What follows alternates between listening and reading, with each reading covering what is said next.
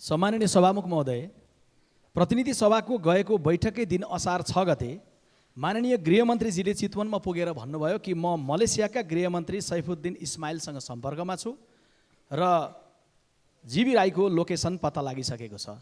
Point to be noted भन्छ नि सभामुख महोदय, म दोहोऱ्याउन चाहन्छु पोइन्ट टु बी नोटेड। एउटा फरार अभियुक्त कहाँ छन् भनेर देशले खोजिरहेको बेलामा अर्को देशको गृहमन्त्रीले हामीले लोकेट गरिसक्यौँ भनेर भन्छन्।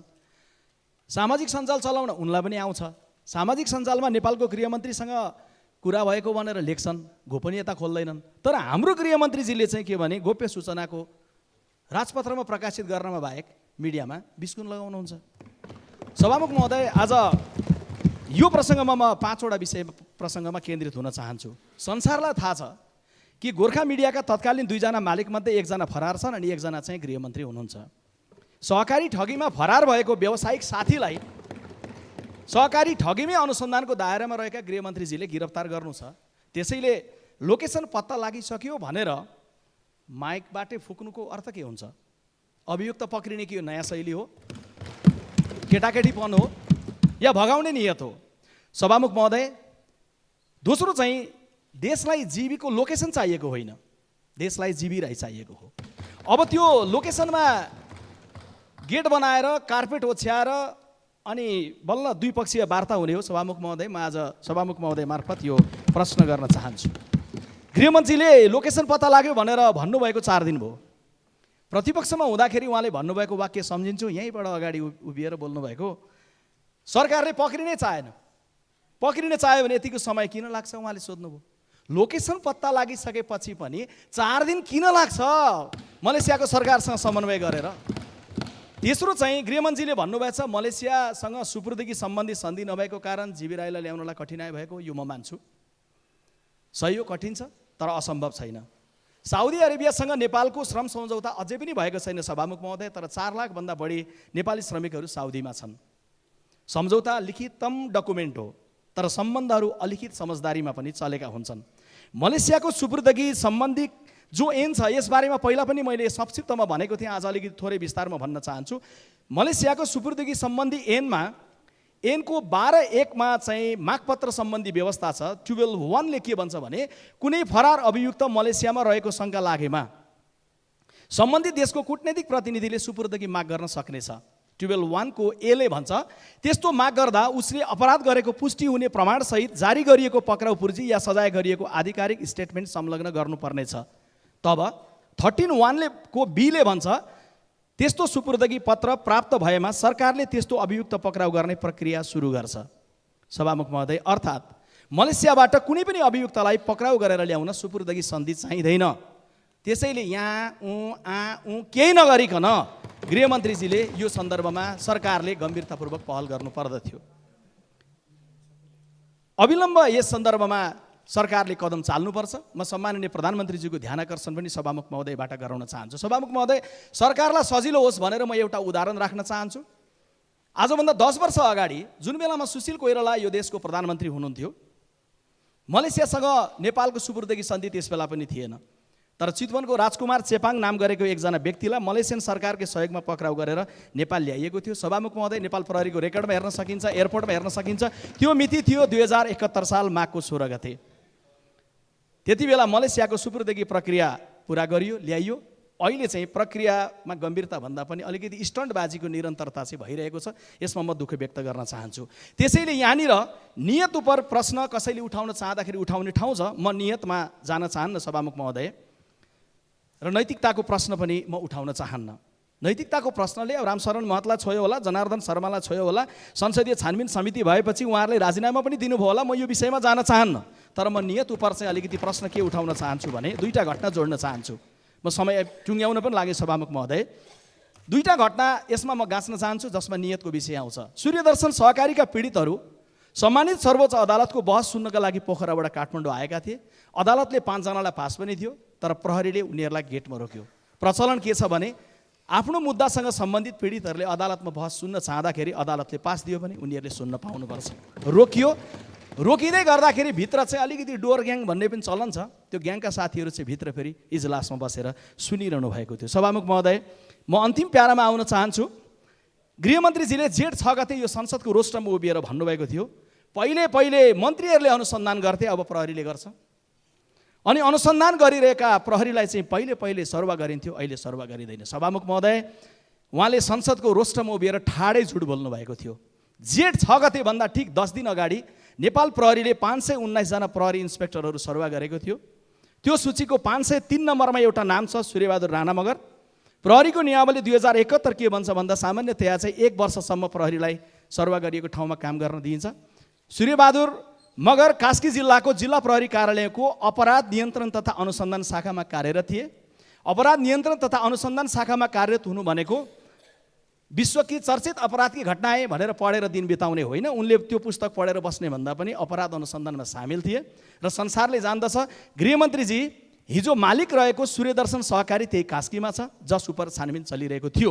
सूर्यबहादुर मगर त्यही छानबिन गर्ने अपराध अनुसन्धानको एउटा इन्स्पेक्टर थिए, तर मगरलाई समय नपुगिकन हटाइयो। म मिति सुनाउँछु सभामुख महोदय। मगर त्यहाँ रवि लामिछानेजी गृहमन्त्री बन्नुभन्दा अगाडि 2080 साल भदौ 8 गते हाजिर भएका थिए र उनलाई वैशाख 26 गतेको निर्णयबाट डाँडा कटाइयो र महोत्तरीमा फुटाइयो। यही रोस्टममा उभिएर हामी प्रहरीको इन्स्पेक्टर चलाउँदैनौँ भन्नुहुन्थ्यो। यतिको झुट बोल्नलाई देशको गृहमन्त्रीले रोस्टम प्रयोग गर्न पाउने कि नपाउने। त्यसैले यो आकस्मिक समयमा म फेरि अन्तिममा टुङ्ग्याउन चाहन्छु, लोकेसन पत्ता लागिसकेको भनेको जीवी राईलाई के भगाउनलाई हो, माइकबाट फुकेर लोकेसन पत्ता लाग्यो अरे भनेर स्ट्यान्डबाजी गर्ने, कि सरकार चाँडै नै जीवी राईलाई हाजिर गराउँदैछ? धन्यवाद। जय नेपाल।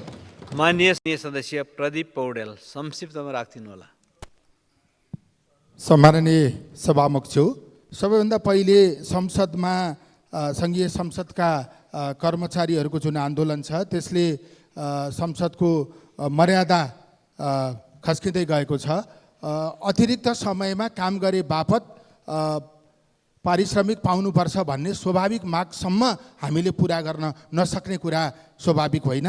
यसतर्फ सरकारको ध्यान आकर्षण गर्न चाहन्छु र मैले मुख्य गरी उठाउन खोजेको चाहिँ यो राष्ट्रपति चुरे संरक्षणसँग सम्बन्धित छ, चुरेको संरक्षणसँग सम्बन्धित छ।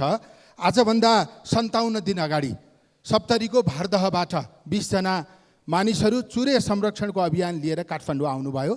उहाँहरू 20 दिन हिँडेर काठमाडौँ आइपुग्नुभयो र 32 दिनदेखि सिंहदरबारको नजिकै रहेको माइती घरमा उहाँहरूले चुरे संरक्षणको आवाज सिंहदरबारभित्र छिराउन सकिन्छ कि भनेर पर्खेर बसिरहनु भएको छ।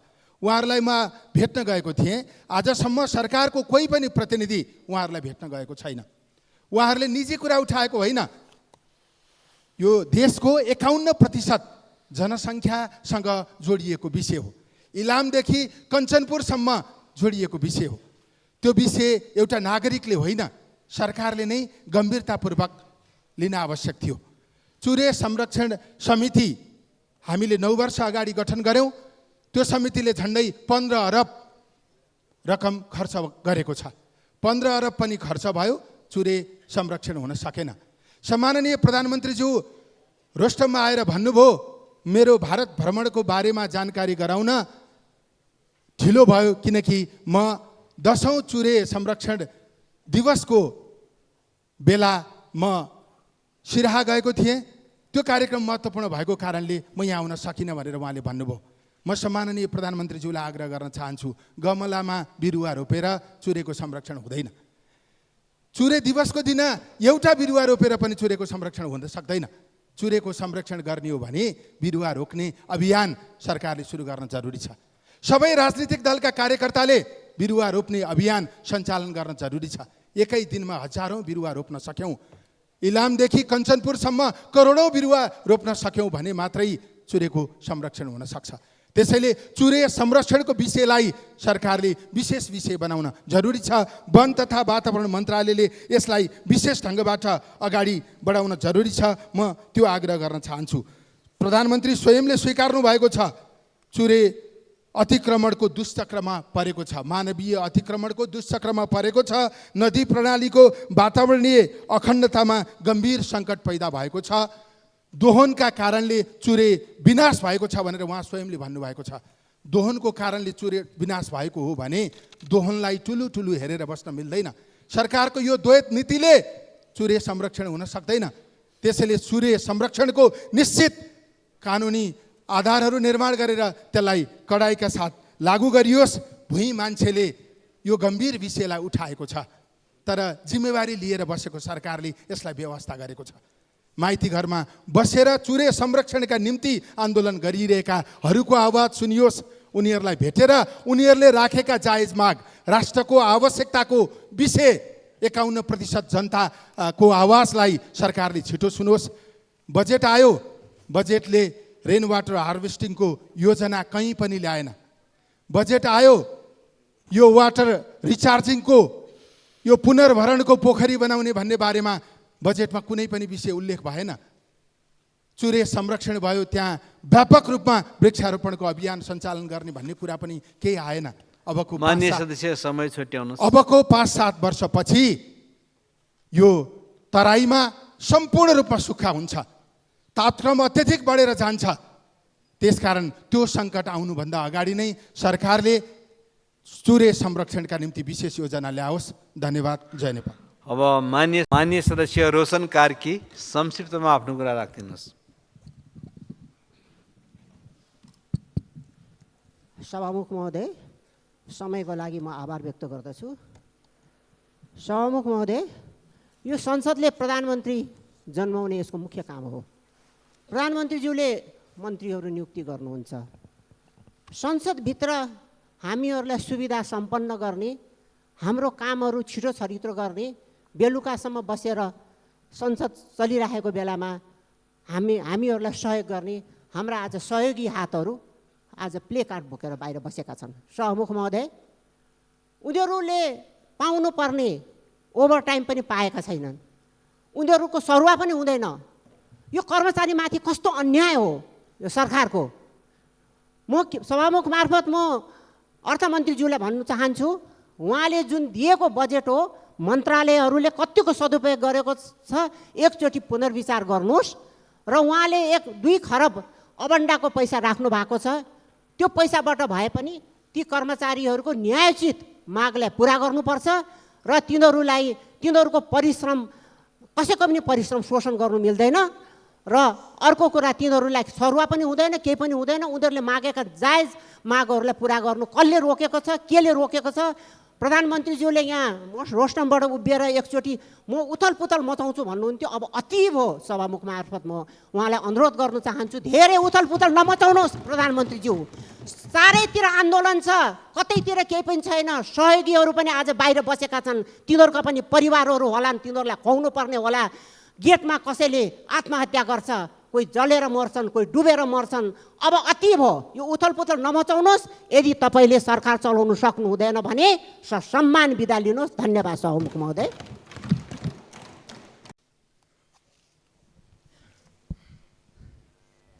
सम्मानित सभामुख महोदय, यो प्रतिनिधि सभाको बैठकमा विभिन्न समयमा विशेष गरी राष्ट्रिय निकुञ्ज क्षेत्रमा त्यस आसपासका जनताहरूले पाएका समस्याहरू, दुःखहरू, अप्ठ्याराहरूको बारेमा माननीय सदस्यहरूले धेरै पटक विभिन्न समयमा विषयहरू राख्दै आउनुभएको छ।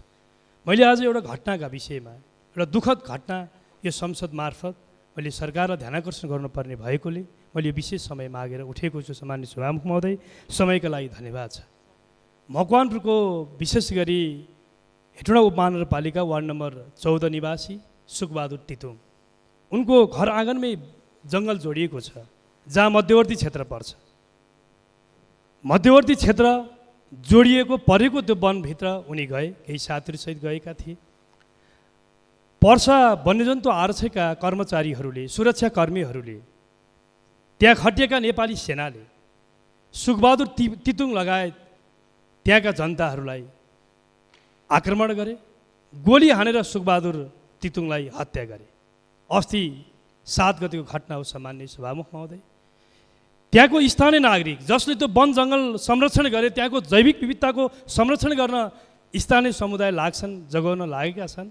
तर मध्यवर्तीको कारणले गर्दा, आरक्षणका कारणले गर्दा, निकुञ्जका कारणले गर्दा र त्यहाँका सुरक्षाकर्मीले सामान्य मानवीयता पनि नराखिकन छातीमा गोली ठोकेर हत्या गर्नेसम्मको ठुलो जघन्य अपराध भयो। सम्मान्य सभामुखमा यो लोकतन्त्रमा, गणतन्त्रमा यसरी नागरिकलाई दिन दहाडै गोली ठोकेर मारिदिने जे परिस्थिति विकास भयो आरक्षीका कर्मचारी, सुरक्षा निकायहरूबाट गम्भीरताका साथ म सरकारको ध्यानाकर्षण गर्न चाहन्छु। घटना दुःखद भइसक्यो, दोषी सुरक्षाकर्मीहरूलाई पहिचान गर्ने, कारबाहीको तहमा अगाडि बढाउने र पीडित परिवारलाई आवश्यक क्षतिपूर्तिको लागि म सम्मान्य सभामुख महोदय मार्फत म नेपाल सरकारको गम्भीरताका साथ ध्यानाकर्षण गर्न चाहन्छु।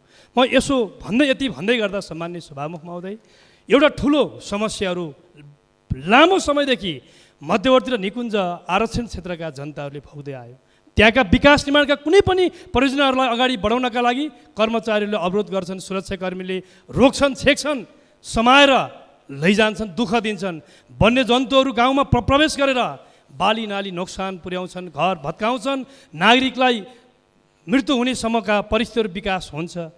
त्यहाँ सुरक्षाको पाटोबाट आवश्यक ध्यान सरकारबाट जे पुग्नुपर्छ पुगेको अवस्था पनि छैन। त्यसकारण सम्मान्य सभामुख महोदय, म संक्षेपमा जे दुःखद घटनाहरू विगतदेखि पनि भइरहेको छ यसतर्फ आगामी यस्ता घटना नहोस् भन्ने सन्दर्भमा सरकारको गम्भीरताका साथ ध्यान पुगोस्। अहिले जे घटना भएको छ सुखबहादुर तितुङको जसरी हत्या भएको छ, यस प्रक्रियामा यो अपराध कर्ममा जोडिएका दोषी देखिएका सुरक्षाकर्मीलाई कारबाही गर्ने र पर्सा वन्यजन्तु आरक्षे त्यहाँको निकुञ्जका वार्डेन लगायतको आदेश र संलग्नतामा यी सबै घटनाहरू भइरहेको छ। आवश्यक कारबाहीको प्रक्रिया र पीडितलाई क्षतिपूर्तिको बन्दोबस्तको लागि म नेपाल सरकारसँग जोरदार माग गर्न चाहन्छु। धन्यवाद। माननीय सदस्यहरू, अब माननीय युवा तथा खेलकुद मन्त्री विराज भक्त श्रेष्ठलाई युवा तथा खेलकुद मन्त्रालय सम्बन्धी विनियोजन शीर्षकहरू माथिको छलफलमा उठेका प्रश्नहरूको जवाफ दिन अनुमति दिन्छु।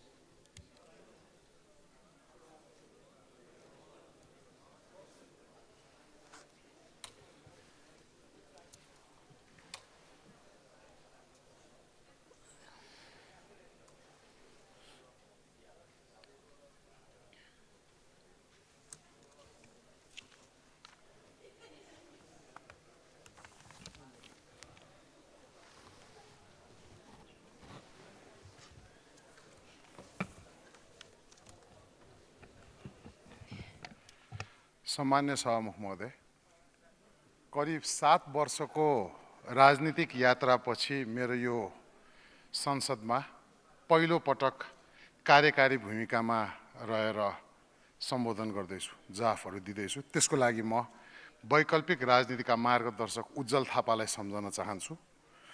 निर्गुण शहीद निर्गुण स्थापितलाई सम्झिन चाहन्छु। 46 सालमा म फर्किराख्दाखेरि इन्द्रचोकमा गोली लाएर शहादत प्राप्त गर्नुभएको शहीदलाई पनि सम्झन चाहन्छु। ज्ञात अज्ञात शहीदहरू सबैलाई सम्झन चाहन्छु र प्रजातान्त्रिक आन्दोलनका अथक योद्धा मेरो ठुलबा वीरेन्द्र भक्त श्रेष्ठलाई पनि म श्रद्धाञ्जली व्यक्त गर्न चाहन्छु। अस्ति 7 गते उहाँको निधन भएको थियो। म काठमाडौँ क्षेत्र नम्बर 8 का सम्पूर्ण मतदाताहरूलाई पनि सम्झन चाहन्छु र राष्ट्रिय स्वतन्त्र पार्टीका सबै सदस्यहरूलाई पनि म सम्झन चाहन्छु।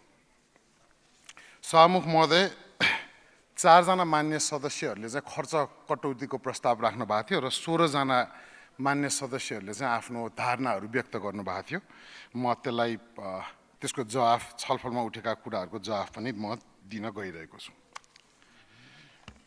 3 जना मान्य सदस्यहरूले अघि र 1 जना मान्य सदस्यले पछि खर्च कटौतीको प्रस्ताव राख्नु भएको थियो। मान्य पुष्पबहादुर शाह, मान्य प्रेम सुवाल, मान्य डाक्टर अमरेश कुमार सिंह र मान्य ध्रुवबहादुर प्रधान।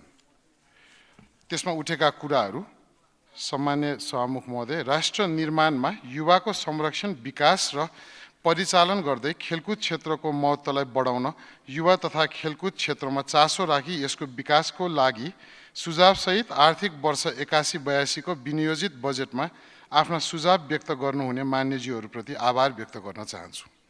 खर्च शीर्षक 21139 भित्र शिशु स्याहार भत्तालाई रु 50,000 र पाले पहरा भत्तालाई 50,000 गरी जम्मा 1 लाख विनियोजन भएको छ। कुनै निजामती कर्मचारीले बच्चा जन्माएमा निजामती सेवा नियमावली 2050 बमोजिम शिशु स्याहार भत्ता पाउने व्यवस्था भएकोले बजेटको व्यवस्था भएको जानकारी गराउन चाहन्छु। मन्त्री परिषदको मिति 2068-5-29 को निर्णय अनुसार मान्य मन्त्रीज्यूहरूले मासिक रूपमा 2000 महँगी भत्ता र मासिक रूपमा 3000 सञ्चार सुविधा पाउने व्यवस्था भएअनुसार खर्च शीर्षक 21149 मा पदाधिकारीको महँगी भत्ता र खर्च शीर्षक 21142 मा पदाधिकारी सञ्चार सुविधाको लागि बजेट व्यवस्था भएको जानकारी गराउन चाहन्छु। मान्यज्यूहरूले व्यक्त गर्नुभए जस्तो यो अपारदर्शी हुने छैन र नियम अनुसार मात्र भुक्तान लिने दिने व्यवस्था भएकोले नियम बमोजिम दायित्व सिर्जना नभएमा नेपाल सरकारको कोषबाट नै रकम निकासा नहुने व्यवस्था रहेको जानकारी समेत गराउन चाहन्छु। अर्को खर्च कटौतीकोमा मदिरा, सुर्ती र लागु औषध दुर्व्यसनी जस्ता कुलतपट युवा जोगाउँदै उनीहरूमा सकारात्मक सोचको विकास गर्ने र उनीहरूको भविष्यको लक्ष्य प्राप्तिको लागि उपयुक्त मार्गदर्शन गराउने उद्देश्यले राष्ट्रिय युवा परिषद मार्फत युवा परामर्श तथा मार्गदर्शन कार्यक्रम ल्याइएको छ। यस कार्यक्रमले जीवनको उद्देश्य भुली सही बाटो पत्ता लगाउन नसकेर अलमलमा परेका र आफ्नो क्षमता पहिचान गर्न नसकी भावी योजना बनाउन नसकेका युवालाई सही मार्ग पत्ता लगाउन सहजीकरण हुने अपेक्षा गरेको छु। युवा प्रतिभा पलायन हुने प्रवृत्तिलाई रोक्न सबै प्रदेशमा वाइ नेपाल क्याम्पेन सञ्चालन गरी सामाजिक सञ्जालहरू मार्फत सकारात्मक सन्देशमूलक सामग्रीहरू प्रसारण गर्ने योजना रहेको छ। यस अभियानले स्वदेश र विदेशमा रहेका युवालाई नेपाल नै उपयुक्त स्थान हो भन्ने सकारात्मक सोचको विकास हुने विश्वास लिएको छु। अध्ययनका लागि होस् वा आय आर्जनको व्यवसाय सञ्चालन गर्नका लागि होस्, मनोरञ्जनका लागि होस् वा प्रतिभा प्रदर्शनका लागि होस्, गौरवमय इतिहासदेखि वर्तमानमा होस् वा भविष्यका लागि होस्, सबै पक्षमा नेपाल नै उर्वर भूमि हो र नेपाललाई नै स्वस्थ, सुन्दर र उर्वर बनाउनु पर्छ भन्ने भावनाको विकास हुने विश्वास पनि लिएको छु। युवा तथा साना व्यवसायी रोजगार कोषमा रहेको 3 अर्ब 80 करोड रकम हाल कर्जा लगानी गरिएको छ। आगामी आर्थिक वर्षमा नियमित किस्ता रकम अनुमानित रु 1 अर्ब 80 करोड फिर्ता हुने देखिन्छ। उक्त रकमबाट आगामी आर्थिक वर्षमा थप 10,000 जना युवालाई स्वरोजगार बनाउने लक्ष्य रहेको छ। बजेट विनियोजनमा देखिएको 12 करोड 28 लाख मध्ये रु 8 करोड कार्यालय सञ्चालन सहित व्यवस्थापकीय खर्च हुन्छ भने रु 1 करोड 40 लाख ब्याज अनुदान र 2 करोड 35 लाख व्यवसायको बिमाका लागि खर्च गर्न विनियोजन गरिएको छ। स्वरोजगार हुनका लागि सञ्चालन गरिएका व्यवसायमा थप 6,000 जनाले रोजगारी समेत प्राप्त गर्ने अपेक्षा राखेको छु। युवालाई सैनिक तालिम दिने विषय हाल राज्यको नीति नरहेकोले यस किसिमका कार्यक्रमहरू प्रस्ताव गरिएको छैन। स्थानीय स्तरदेखि नै खेलकुदका तालिमहरू प्रदान गर्न खेलकुदका प्रशिक्षकहरू खटाइएको छ। त्यस्तै अन्तर्राष्ट्रिय प्रतियोगिताहरूमा सहभागिताका लागि मिसन 2026, 6औं एसियन इन्डो मार्शल आर्ट 2024 र पेरिस ओलम्पिक 2024 जस्ता बृहत खेलकुदको तयारीको लागि राष्ट्रिय स्तरमा 10 वटा खेलका 200 भन्दा बढी खेलाडीलाई विशेष प्रशिक्षण सञ्चालन भइरहेको छ। यस प्रकारको तयारीका 4 करोड 34 लाख विनियोजन गरेको छ भने अन्तर्राष्ट्रिय प्रतियोगिताहरूको सहभागिताका लागि 2 करोड 90 लाख विनियोजन गरिएको छ। अन्तर्राष्ट्रिय प्रतियोगिताहरूको सहभागिताका लागि बजेट न्यून देखिए पनि खेलकुदका तालिम र राष्ट्रिय तथा अन्तर्राष्ट्रिय स्तरका प्रतियोगिताहरू पनि अन्तर्राष्ट्रिय प्रतियोगिताहरूको सहभागिताको तयारीकै लागि हुने भएकोले स्रोतको अनुपातमा ठिकै मान्न सकिने अवस्था देख्दछौँ। अन्तर्राष्ट्रिय प्रतियोगितामा सहभागी हुने खेलाडीको टिम छनौट सम्बन्धी खेलकुद सङ्घको प्रशिक्षक, निर्णायक र सङ्घको पदाधिकारी सहितको छनौट समितिबाट निश्चित मापदण्ड, सिद्धान्त र प्रक्रियाबाट हुने भएकोले छनौट प्रक्रिया पारदर्शी हुने विश्वस्त पार्न चाहन्छु। बाघचाल, डन्डीबियो, घोडचढी जस्ता मौलिक एवं परम्परागत खेलकुदको प्रतियोगिताहरूका लागि रु 11 लाख बजेट विनियोजन गरिनुको साथै विकास र विस्तारका लागि अध्ययन गर्ने कार्यका लागि समेत बजेट विनियोजन गरिएको छ। खेलकुदको माध्यमबाट पर्यटन विकास र विस्तार गर्न 11 वटा अन्तर्राष्ट्रिय प्रतियोगिताहरू आयोजना गर्न बजेट विनियोजन गरिएको छ। त्यस्तै गरी जुम्लाको पातरासीमा स्वदेशी तथा विदेशी खेलाडीहरूलाई तालिममा आकर्षित गर्न हाई एल्टिट्युड ट्रेनिङ सेन्टर निर्माण गर्न रु 4 करोड विनियोजन गरिएको छ। साथै दोलखाको सैलुङमा टेक्वान्डो खेलको हाई एल्टिट्युड ट्रेनिङ कभर्ड हल निर्माणको लागि रु 2 करोड विनियोजन गरिएको छ। अन्तर्राष्ट्रिय पदक विजेता खेलाडीहरूलाई राष्ट्रिय खेलकुद विकास नियमावली 2079 मा नै पुरस्कारको व्यवस्था गरिए अनुसार रु 4 करोड 35 लाख बजेट विनियोजन गरिएको छ। आगामी वर्षदेखि पदक जितेर आउने बित्तिकै खेलाडी बैंक खातामै पुरस्कारको रकम जाने व्यवस्था मिलाइएको छ।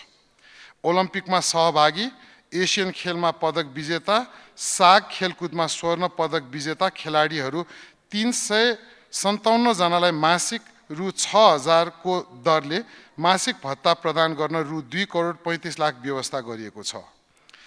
10औं राष्ट्रिय खेलकुद प्रतियोगिता आयोजनाका लागि रकम विनियोजन गर्नु परेकोले प्रदेश र स्थानीय तहमा सशर्त अनुदानका कार्यक्रमहरूलाई बजेट विनियोजन हुन नसकेको, राष्ट्रपति रनिङ सिल प्रतियोगिताका लागि सङ्घीय सरकारबाट विनियोजित रकम निकै र अत्यन्तै न्यून रहने गरेको सन्दर्भमा सो रकम समेत 10औं राष्ट्रिय खेलकुद प्रतियोगिता आयोजनामा विनियोजन गरिएको छ।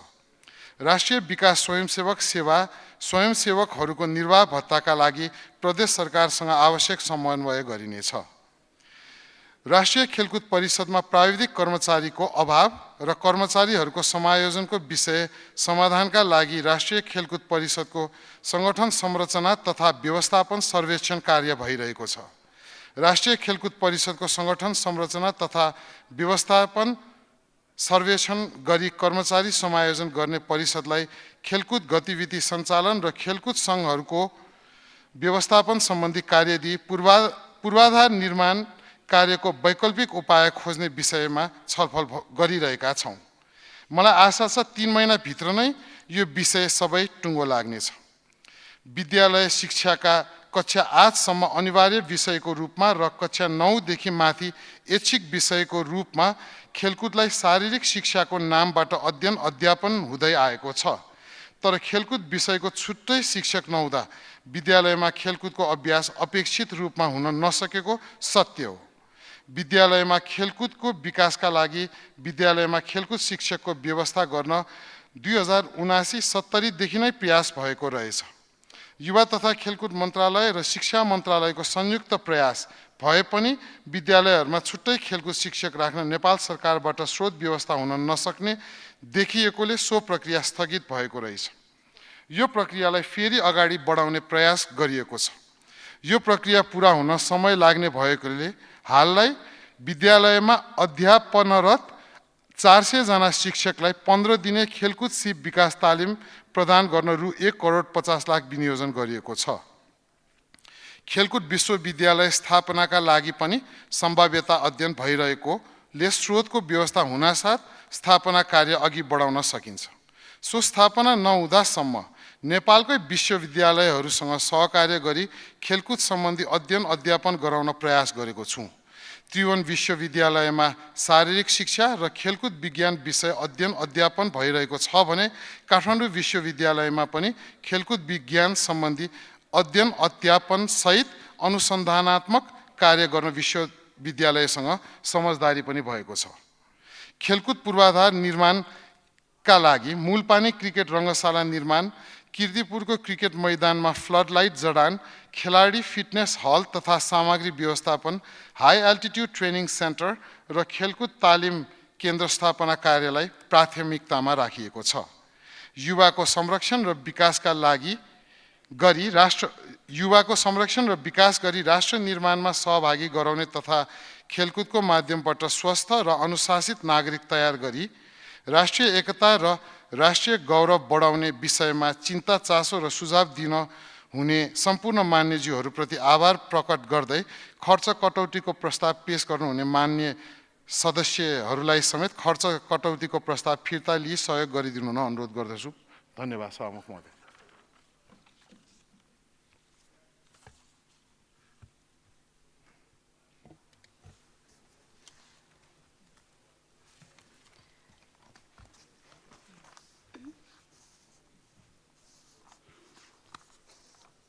मान्य सदस्यहरू, अब उक्त छलफलका सम्बन्धमा स्पष्टीकरण माग गर्न चाहनुहुने मान्य सदस्यहरूलाई समय दिन्छु। विनियोजन विधेयक अन्तर्गत विभिन्न मन्त्रालयहरूसँग सम्बन्धित शीर्षकहरूमाथि 2081 असार 5 गते छलफलमा भाग लिनुभएका मान्य सदस्यहरूले मात्र स्पष्टीकरण माग गर्न पाउनुहुने बेहोरा मान्य सदस्यहरूलाई जानकारी गराउँछु। स्पष्टीकरण माग गर्न चाहनुहुने प्रत्येक मान्य सदस्यलाई 1 मिनेटको समय निर्धारण गरेको छु। मान्य सदस्यहरू, स्पष्टीकरण माग गर्न चाहनुहुने मान्य सदस्यहरूले सजिलोको लागि आफ्नो आफ्नो नाम सभामुखको डायससँगै बसेका सचिवालयका कर्मचारीहरूलाई 3 मिनेटभित्र लिखित रूपमा उपलब्ध गराइदिनु हुन अनुरोध गर्दछु। माननीय प्रेम सुवाल। सभामुख महोदय मार्फत युवा खेलकुद मन्त्रीजीसँग जिज्ञासा राख्न चाहन्छु। सुर्तीजन्य लागु पदार्थ मदिरा, चिसो पेय पदार्थ उत्पादन र बिक्री बन्द गरी सैनिक तालिमको व्यवस्था गरिए मात्र युवा खेलकुदमा नेपाल अगाडि बढ्ने होइन र? तत्कालीन सोभियत सङ्घमा हजारौँ नेपालीले छात्रवृत्ति पाएर उच्च शिक्षा अध्ययन गरेका थिए। सन् 1969देखि 75सम्म 6 वर्ष सोभियत सङ्घमा उच्च शिक्षा अध्ययन गरेका काठमाडौँ सकोका केमिकल इन्जिनियर राजदास श्रेष्ठले आफ्नो आत्मवृत्तान्तमा रुसीहरूको मदिरा पिउने एउटा समस्या भएको उल्लेख गर्नुभएको छ। मदिरामा लथिएका संशोधनवादी नेताहरूको कारण सन् 1991मा त्यो देशमा पुँजीवाद पुनर्स्थापना भयो र देश 15 टुक्रामा टुक्रियो। अहिले जनतालाई दुःख छ र कसैले पनि त्यहाँ छात्रवृत्ति पनि पाएनन्। नेपालले विदेशीहरूको यस्तोबाट शिक्षा लिनु पर्दैन र? धन्यवाद।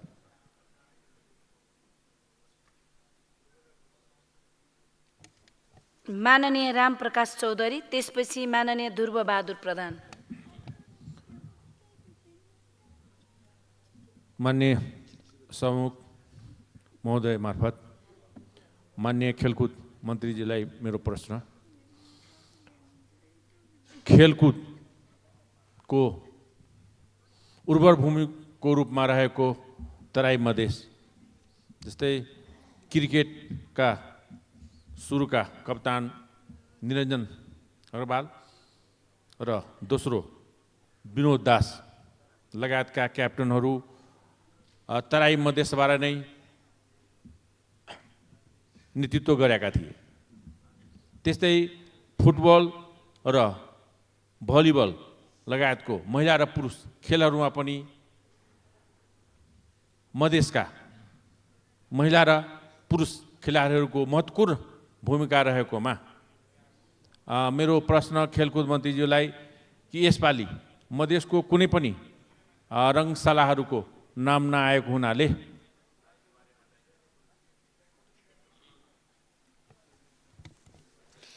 माननीय ध्रुवबहादुर प्रधान। सम्माननीय सभामुख महोदय, माननीय खेलकुद मन्त्रीज्यूबाट बडो राम्रो जवाफहरू आएको छ। यद्यपि केही जिज्ञासा भन्दा केही कुरो थप गर्नुपर्ने आवश्यक सुझाव दिन चाहन्छु।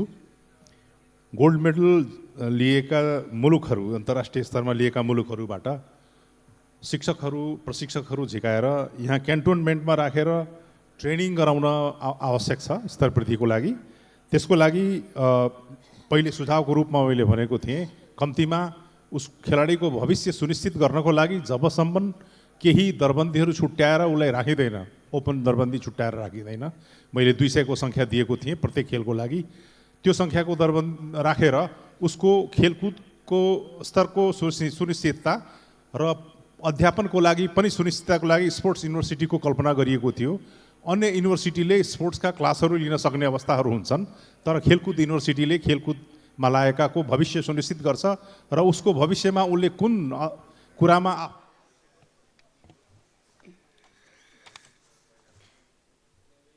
माननीय लेखनाथ दाहाल।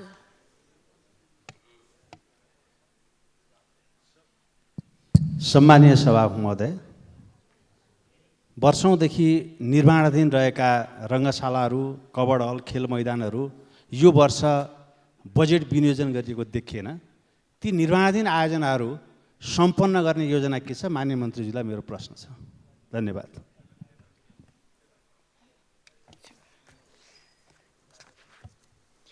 माननीय सदस्यहरू, अब माननीय युवा तथा खेलकुद मन्त्री विराज भक्त श्रेष्ठलाई उक्त स्पष्टीकरणको सम्बन्धमा स्पष्ट पार्न अनुमति दिन्छु।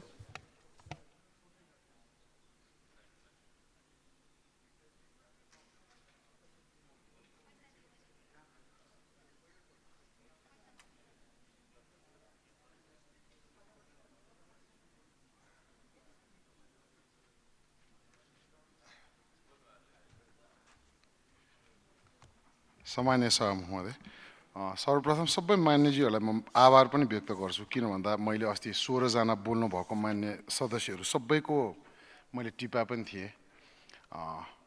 पूर्व मन्त्रीज्यूहरूले पनि यो मन्त्रालयको चुनौती अवसर दुईटैको बारेमा पनि भन्नुभएको थियो।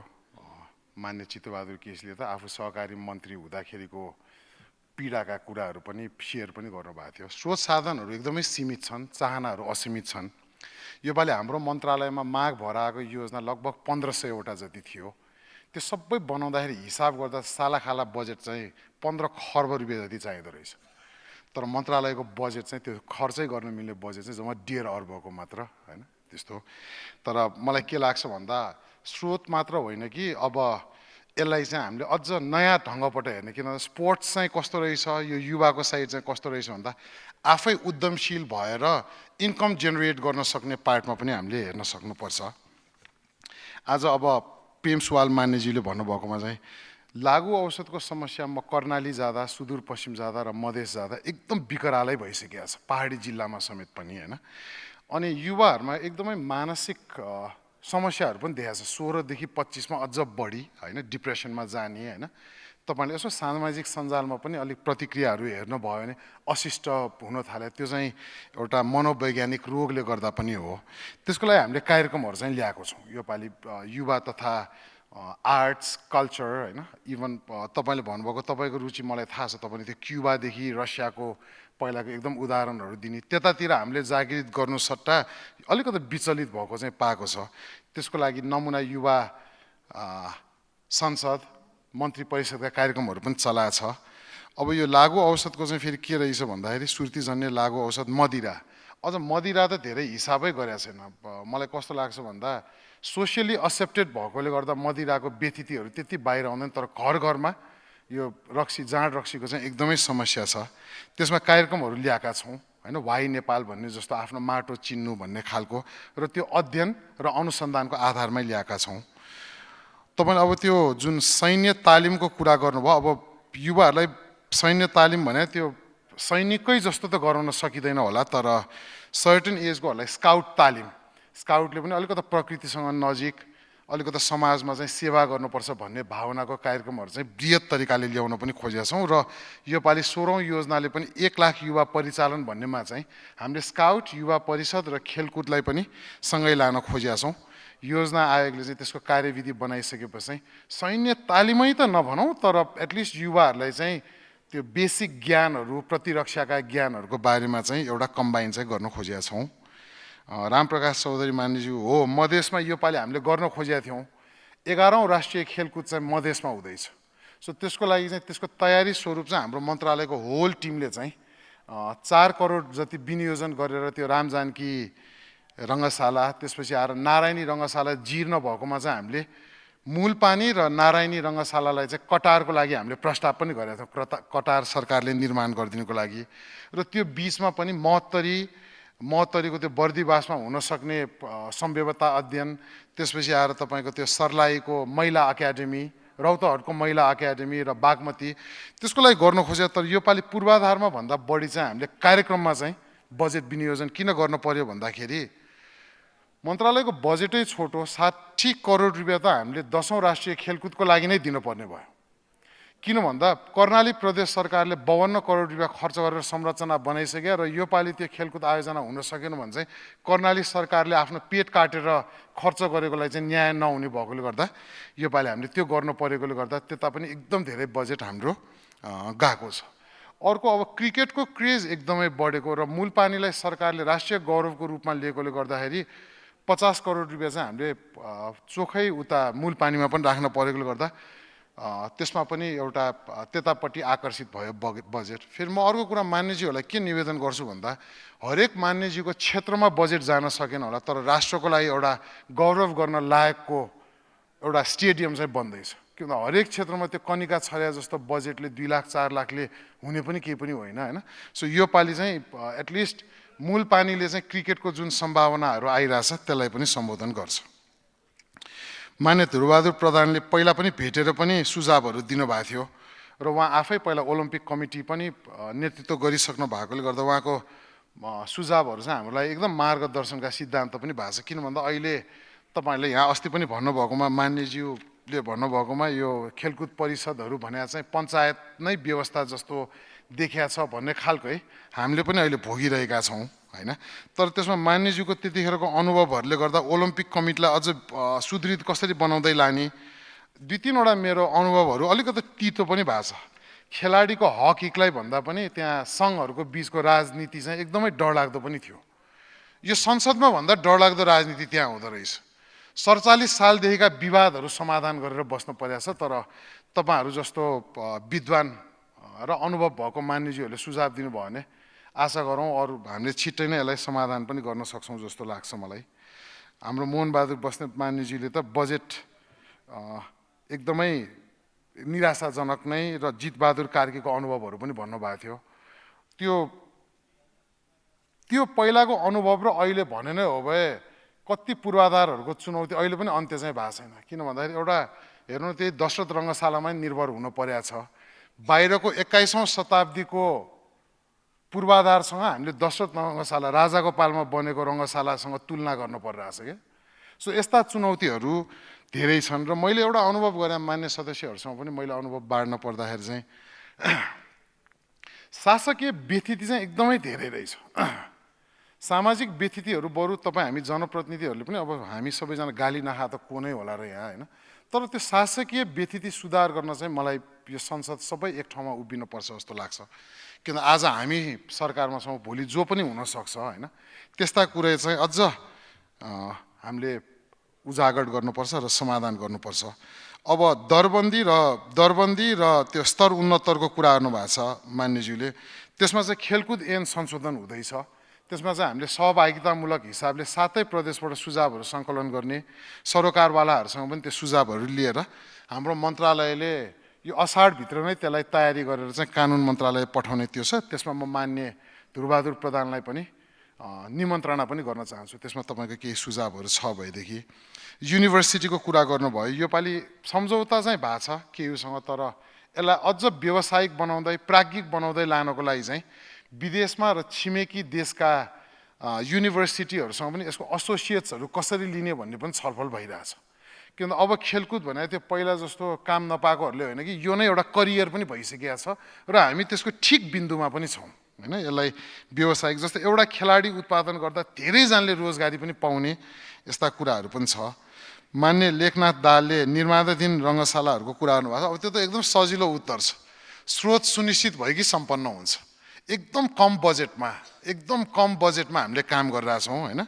यो मन्त्रालयको चुनौती पनि त्यही नै छ र अवसर पनि त्यही नै छ। तर योपालि केही कुराहरू हामीले बजेट वक्तव्य नीति तथा कार्यक्रममा पनि ल्याएछौँ। जस्तै CSR भनिन्छ, सामाजिक उत्तरदायित्व वहनका रकमलाई चाहिँ खेललाई र खेलकुदमा लगाउनको लागि बजेट वक्तव्यमा नै आइसकेका छ। अब त्यसलाई हामीले उद्योग मन्त्रालयमा हाम्रो मन्त्रालयबाट प्रक्रिया पनि अगाडि बढाइसकेका छौँ र अर्को निजी क्षेत्रलाई आकर्षित गर्ने भन्ने कुराहरू पनि छ। त्यसलाई अलिकति कार्यविधिहरू बनाएर गऱ्यो भनेदेखि सकिन्छ जस्तो लाग्छ। अपेक्षाहरू आशाहरू धेरै छन् होइन, चुनौतीहरू पनि छन्, तर सकिन्छ जस्तो लाग्छ। सम्मान्य सभामुख महोदय, मैले यति नै निवेदन गरेँ।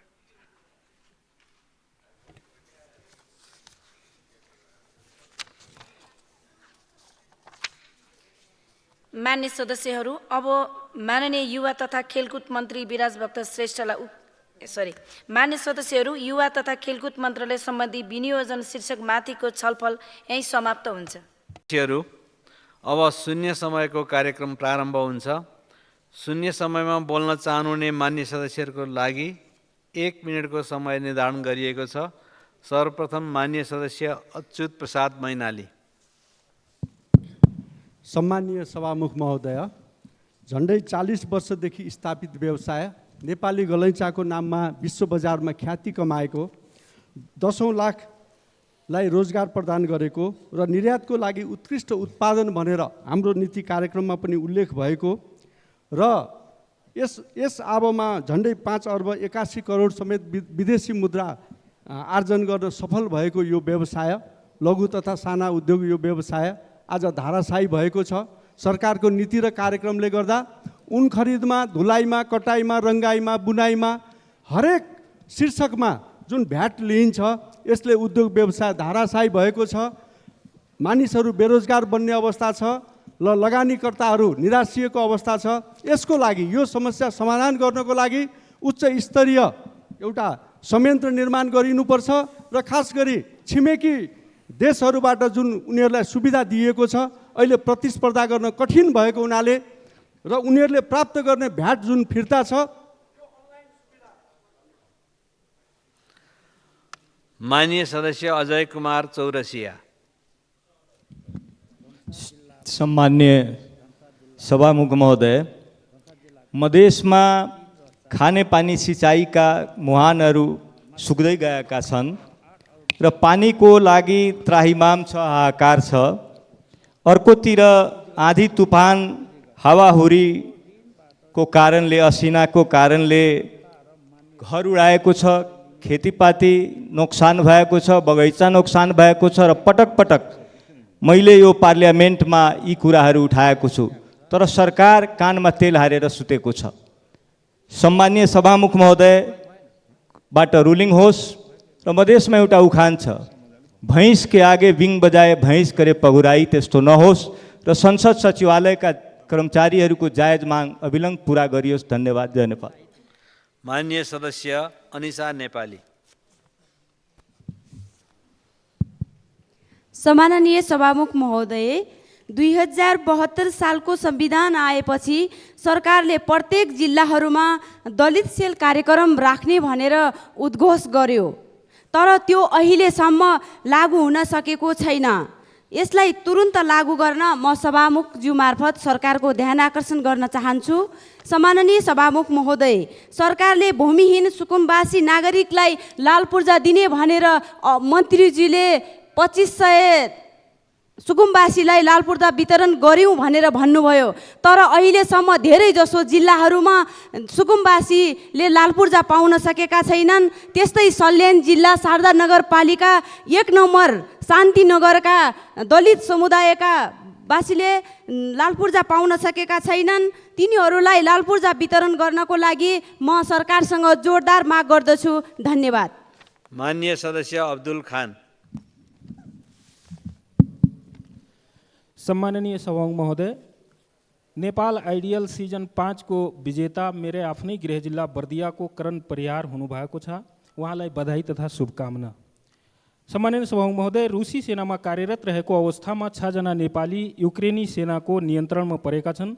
सरकार र पारिवारिक स्रोतका अनुसार बर्दियाका विवेक खत्री, मोरङका विकास राई, काभ्रेका सिद्धार्थ ढकाल, रोल्पाका प्रतीक पुन, चितवनका सुजन सुवेदी र मकवानपुरका ईश्वर लामिछाने युक्रेनी सेनाको नियन्त्रणमा रहेका छन्।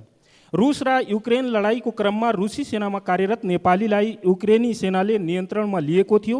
रुस युक्रेन युद्धपछि रुसी सेनामा भर्ती भएका नेपालीमध्ये हालसम्म कम्तीमा 39 जना मृत्यु भइसकेको छ र 40 भन्दा बढी हराइरहेका छन्। द्विपक्षीय कानुनी सम्झौता र हस्ताक्षर गरेर त्यस आधारमा नेपाली नागरिकलाई छाड्न तयार रहेको युक्रेनले नेपाललाई स्पष्ट पारेको छ। दिल्ली स्थित युक्रेनी राजदूत ओलेक्जेन्डर पोलिस्चुकले दिल्ली स्थित नेपाली राजदूतावास मार्फत 3 महिना अघि नै नेपाल सरकारलाई यो जानकारी पठाइसकेको छ, तर पनि अहिलेसम्म। माननीय सदस्य अमर बहादुर थापा। सम्माननीय सभामुख महोदय, पटक पटक कुरा गर्दा पनि काम कारबाही अगाडि बढ्दैन। अहिलेसम्म पनि मैले भनिरहेको छु कि जाने सुर्खेत दैलेख हुँदै जाने महाबु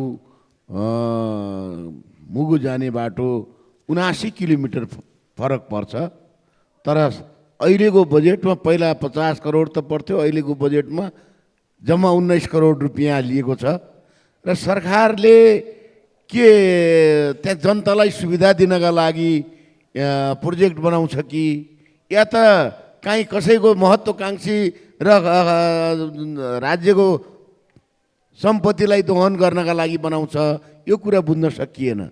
जनतालाई सुविधाका लागि हो भने जब 79 किलोमिटर फरक पर्ने बाटोमा 19 करोड रुपियाँ हाल्ने, तर बजेट जो कर्णाली प्रदेशलाई धेरै प्राथमिकता भनियो, अन्यत्र अरब। माननीय सदस्य अमरबहादुर रायमाझी। सम्माननीय सभामुख महोदय, मैले यो संसदमा योभन्दा पहिले पटक पटक उठान गरिसकेको। उदयपुरको निर्वाचन क्षेत्र 2 अन्तर्गत पर्ने रौतामाई गाउँपालिका वडा नम्बर 3 लाफा गाउँ, लिम्चुङ गाउँपालिकाको जाँते, ताप्ली गाउँपालिका विभिन्न वार्डहरूमा आगलागी हुँदा खानेपानीले सबै पाइपहरू र मुहानसम्म केही नष्ट भएको अवस्था छ, केही घरहरू जलेको अवस्था छ, गोठहरू जलेको अवस्था छ, पानी नपाएर मान्छेहरू काकाकुल हुने अवस्था छ। सरकारको पटक पटक ध्यान आकर्षण गराउँदा पनि सरकारको उपस्थित नभएको हुँदा सम्माननीय सभामुख महोदय मार्फत उक्त क्षेत्रहरूमा खानेपानीको आपूर्ति गर्ने सहज व्यवस्था होस् भनी म जोरदार माग गर्दछु। धन्यवाद। माननीय सदस्य अर्जुन नरसिंह केसी।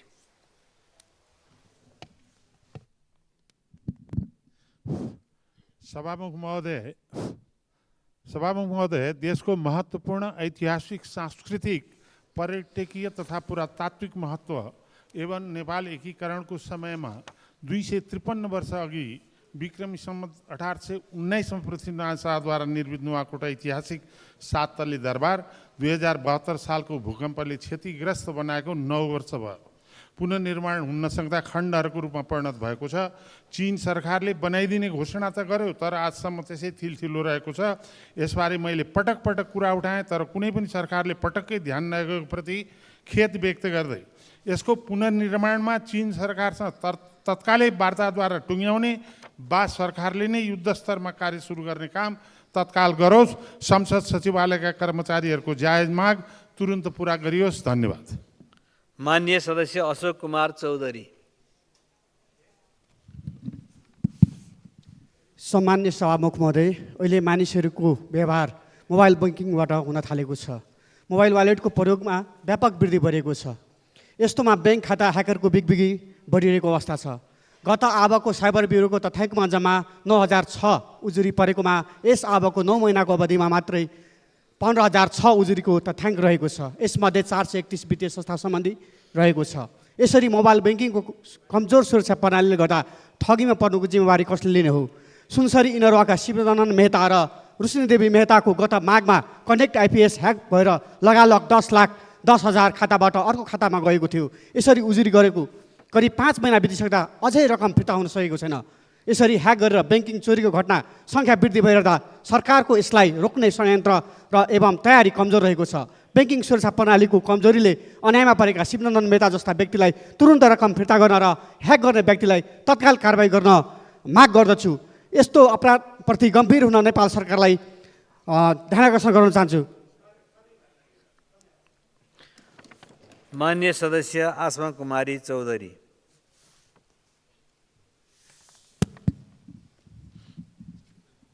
सम्माननीय सभामुख महोदय, आज गाउँ उजाड हुँदै गएको छ, देश रित्तो हुँदै गएको छ। पढे लेखेका युवा युवतीहरू देश छोड्न बाध्य छन्।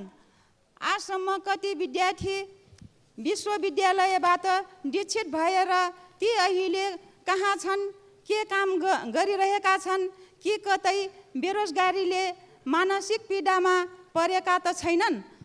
त्यसको वास्तविक तथ्याङ्क सार्वजनिक गरी अब कुराले होइन, कामले देशमै स्वरोजगारीको वातावरण निर्माण गर्न समृद्ध नेपाल, सुखी नेपाली निर्माणको महाअभियान संलग्न गर्नका लागि सम्बन्धित निकायको ध्यान आकर्षण गराउँछु। धन्यवाद। माननीय सदस्य असीम शाह। सम्मानीय सभामुख महोदय, आज शून्य समयमा म समयको नै कुरा गर्न चाहन्छु। घन्टीघरबाट निस्केको आवाज त बलियो हुँदैछ, तर घन्टाघरको आवाज भने बन्द हुन पुगेको छ। कुनै बेला राजधानीमा ध्वनि प्रदूषण कम भएको बेलामा घन्टाघरको घडीको आवाजले नै राजधानीवासीको समय सूचकको रूपमा रहेको थियो। नेपाली सेनाले पनि यही घडीको आधारमा तोप पड्काएर समयको जानकारी दिने गर्दथे। प्रधानमन्त्री वीर शमशेरले बनाएको यो ऐतिहासिक धरोहरको घडीले आज समय देखाउन छोडेको छ। यसलाई केन्द्र सरकारले न त स्थानीय निकायले आफ्नो जिम्मामा लिएको छ। यो घन्टाघर राजधानीको सान मात्र नभएर देशको ऐतिहासिक धरोहर पनि भएकोले यो घडीको मर्मत गरेर चालु गर्न नेपाल सरकार, पुरातत्व विभाग, काठमाडौँ महानगरपालिकाको ध्यानकर्षण गर्न चाहन्छु। नत्र यो धरोहरले उभिएर गणतन्त्र र संघीयतालाई जिस्काइरहनेछ। धन्यवाद। माननीय सदस्य डाक्टर आर्जु राणा। सभामुख महोदय, आजभन्दा करिब 8 वर्ष अगाडि पनि मैले यहीँ उभिएर एकजना छाउपडी गोठमा सर्पले टोकेर मरेको छोरीको बारेमा बोलेको थिएँ र आज पनि अछाममा 3 गते, अस्ति असार 3 गते एकजना छोरीलाई बलात्कार गरियो र यस्तो घटनाहरू घट्ने क्रम अझ पनि हाम्रो देशमा 21औं शताब्दीमा पनि चलिरहेको छ र सरकारले 75देखि 78को बिचमा 7545 एउटा छाउगोठहरू भत्काए पनि यो कुरीति चाहिँ अझ पनि चलिरहेको छ। त्यसकारण नेपाल सरकारलाई यस विरुद्धमा एउटा व्यापक क्याम्पेन, खालि गोठ भत्काउने मात्रै होइन, एउटा प्रचार प्रसारको क्याम्पेन, जनचेतना जागरण गराउने क्याम्पेन र स्कुलदेखि नै यो मेन्सुरेसनको बारेमा सिकाउने क्याम्पेन चाहिँ चलाउन म अनुरोध गर्न चाहन्छु। र साथै यो हाम्रो गरिमामय सदनमा जुन यो कर्मचारीहरूले बाध्य भएर एउटा आवाज उठाइरहेको छ, यस आवाजलाई पनि सरकारले एकदम चाँडै नै रिस्पोन्स गर्न पनि म अनुरोध गर्छु। माननीय सदस्य ईश्वर बहादुर रिजाल। सम्माननीय सभामुख महोदय, संसदको कर्मचारीहरू आन्दोलनमा कार्यरत हुनुहुन्छ। उहाँहरूको माग श्रमको मूल्य प्राप्त गर्न सकियोस् भन्ने रहेको छ।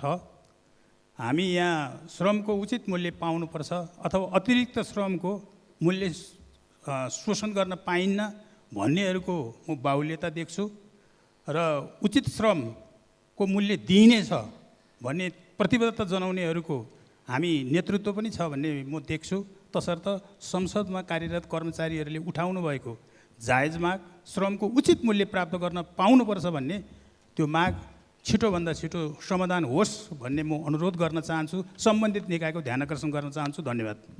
माननीय सदस्य ईश्वरी घरती। सम्मान्य सभामुख महोदय, जनताको दैनिक सेवा प्रवाहसँग प्रत्यक्ष सम्बन्ध जोडिने अर्थात् देखिने र सुनिने सरकारका रूपमा संघीयताको मर्म अनुरूप स्थानीय सरकारको परिकल्पना भएको हो। तर विडम्बना अहिले देशका 237वटा पालिकामा प्रमुख प्रशासकीय अधिकृत नहुँदा निमित्तकै भरमा कामकाज गर्नुपर्ने बाध्यता छ। स्थानीय तहमै 32,646 कर्मचारीको दरबन्दी रिक्त छ। सभामुख महोदय, यता सिंहदरबारमा अतिरिक्त र फाजिल भन्दै कर्मचारी थन्क्याइने, तर स्थानीय सरकारलाई प्रशासनिक नेतृत्वविहीन बनाउनु कति उपयुक्त छ? निमित्तका भरमा स्थानीय सरकारको नीति कार्यक्रम र बजेट कसरी राम्रो बन्छ? कार्यालयको दैनिक प्रशासनिक कार्य कसरी कुशलतापूर्वक अगाडि बढ्छ? कतिपय स्थानीय तहमा जनप्रतिनिधि आफू वा आफ्नो पार्टी अनुकूल नभए निमित्तको भरमा गलत नियतले स्थानीय सरकार चलाउन खोज्दा स्थानीय तहमा भ्रष्टाचार र अनियमितता बढिरहेको देख्न सकिन्छ। त्यसैले संहिताको मर्म विपरीतका यस्ता प्रवृत्तिको अन्त्य र संविधान कार्यान्वयनका लागि तत्काल निजामती सेवा ऐन जारी गर्न म सभामुख मार्फत सम्बन्धित मन्त्रालयको ध्यानकर्षण गराउँछु। धन्यवाद। माननीय सदस्य ईश्वरी देवी नेउपाने। महोदय, किसानको पक्षमा वाचा गर्ने भनेको मुखले बोल्ने, कागजमा लेख्ने र कार्यान्वयन नगर्ने विषय भएको छ। यस्तै मारमाचन कैलाली जिल्ला भजनी नगरपालिकाका बङ्गुरपालक किसान जयबहादुर बुढा 2079 साल कार्तिक पहिलो साता बङ्गुरहरू मर्न थालेपछि कार्तिक 15मा ल्याब टेस्ट गर्दा अफ्रिकन स्वाइन फिभर प्रमाणित भएपछि नगर प्रमुख, प्रहरी इन्चार्ज, पश्चिम शाखा इन्चार्ज, वडा अध्यक्षको रोभरमा 482 मध्ये तत्काल 77 बन्डुर नष्ट गरिन्छ। मर्ने क्रम जारी रह्यो। फेरि रोग नफैलोस् भनेर अरू सबै खाल्टोमा पुरिन्छ। तत्कालीन गृह सचिव पशु सेवा विभागका डाक्टर मुकुल उपाध्याय, डाक्टर विनोद सञ्चाल, भेटनी अस्पताल धनगढीका डाक्टर नरेश प्रसाद जोशी, डाक्टर हेमराज अवस्थी लगायतको अनुगमन। यी प्रकार वडा कार्यालय पशु सेवा शाखा ल्याब परीक्षणको प्रतिवेदन बोकेर जिल्लादेखि केन्द्रसम्म पटक पटक धाउँदा पनि आजसम्म कुनै सुनवाई हुन सकेको छैन। बैंक लोन लिएर गाउँघरमा केही गर्न खोजेका भुइँ मान्छे जय आज ऋणमा चुल्मै डुबेका छन्। यो एकजना किसान जय बुढाको मात्र विषय होइन। यस्ता किसानको ऋण माफ र क्षतिपूर्तिको लागि सरकारसँग अनुरोध गर्छु। संसदका कर्मचारी आन्दोलन स्थगित गरेर खुसी साथ काम गर्ने वातावरण बढोस्। धन्यवाद। माननीय सदस्य उमरावती देवी।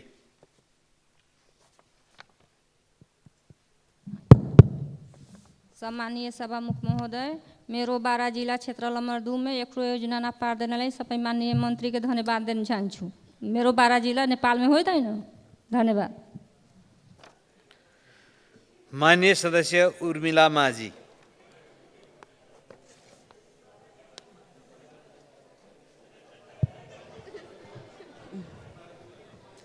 सम्माननीय सभामुख महोदय, आकस्मिक वा नियोजित रूपमा अग्नि हिंसामा परेर पीडित भएका पीडितहरूको सङ्ख्या नेपालमा 5% भन्दा बढी छ।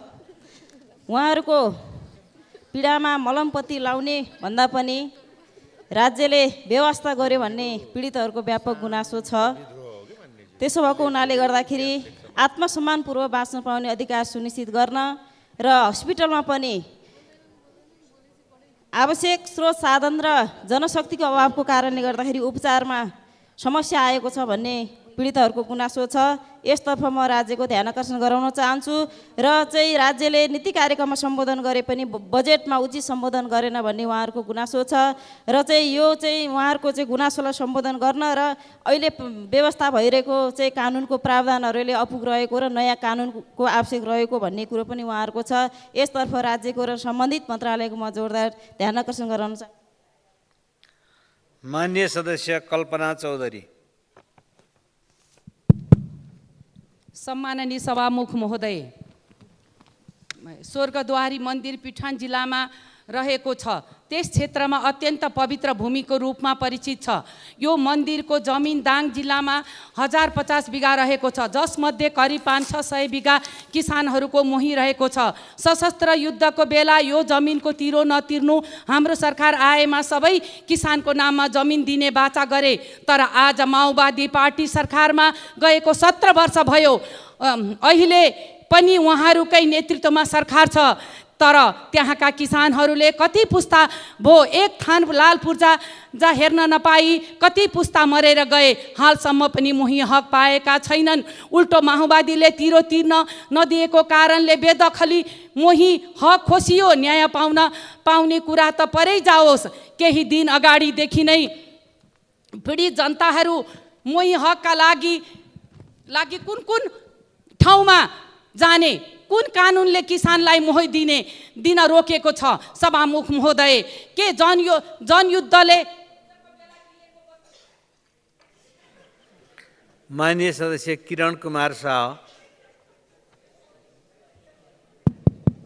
सम्माननीय सभामुख महोदय, सर्वप्रथम सङ्घीय संसद सचिवालयका कर्मचारीद्वारा गरिएको आन्दोलनमा मेरो सहानुभूति छ। साथै उहाँहरूको जायज मागलाई सम्बोधन गर्न नेपाल सरकारको ध्यान आकर्षण गराउन चाहन्छु।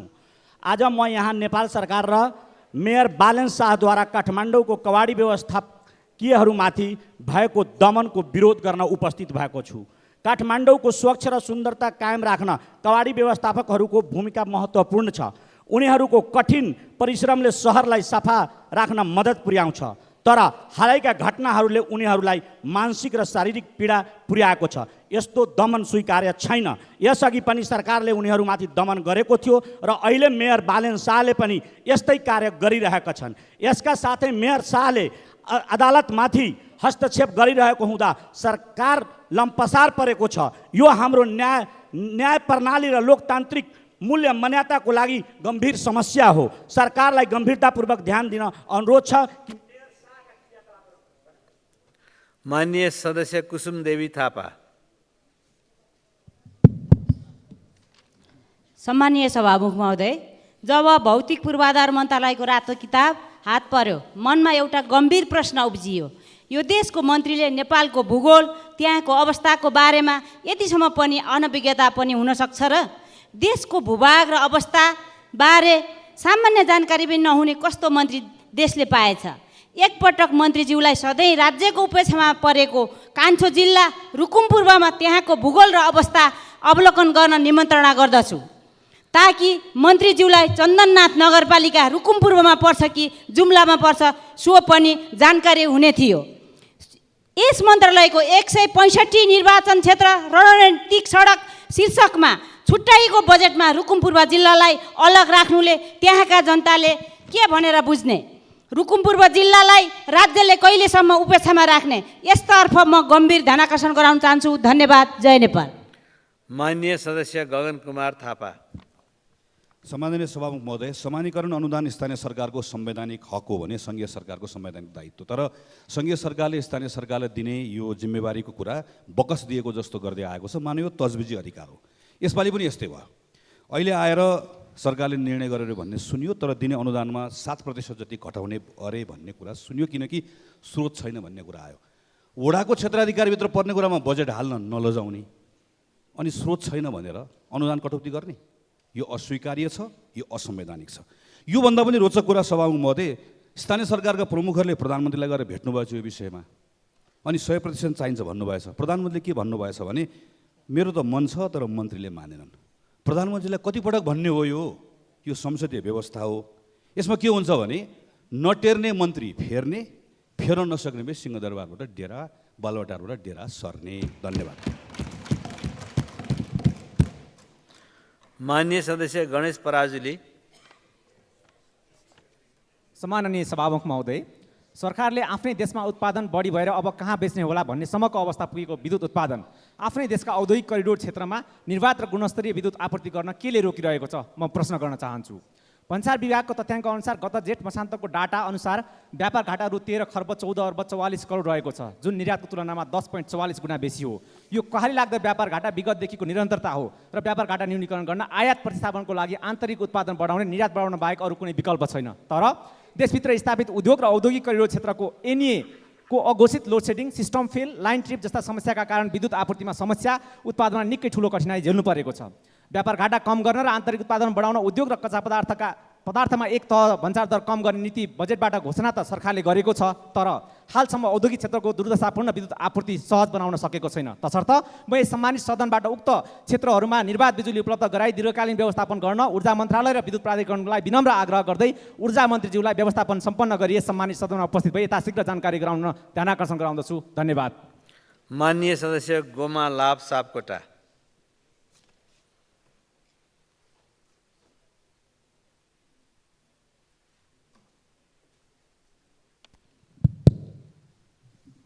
सामान्य सभामुख महोदय, सरकारले धान, गहुँ, दाल र गेडागुडी आयातमा लगाएको 10% अग्रिम करले व्यवसायीहरू आयात गर्न आलटाल गर्न थालेका छन्। आयातित खाद्यान्न र गेडागुडी भन्सारका नाकामा राखेका छन्। यसरी खाद्यान्नको आपूर्ति प्रणाली ठप्प हुँदा बजारमा व्यापक रूपमा कालोबजारी सुरु भई भाउ उकालो लाग्न थालेको छ। यसको मारमा गरिब र सर्वसाधारण जनताहरू पर्न थालेका छन्। यसको व्यवस्थापनको लागि म सभामुख महोदय मार्फत सरकारसँग जोरदार माग गर्दछु।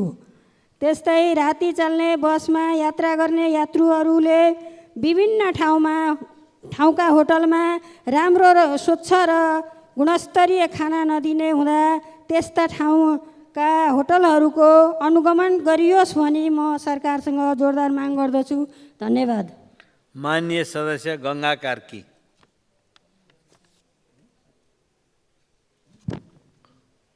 सभामुख महोदय, 2081 असार 7 गते दोलखाको भीमेश्वर नगरपालिका 4 जिल्लोमा ट्याम्पो दुर्घटना हुँदा करिश्मा चौलागाई, अन्जु केसी, सविता केसी, दिपेन्द्र चौलागाई घाइते हुनुभएको छ। उहाँहरू सबैको स्वास्थ्य लाभको कामना गर्दछु।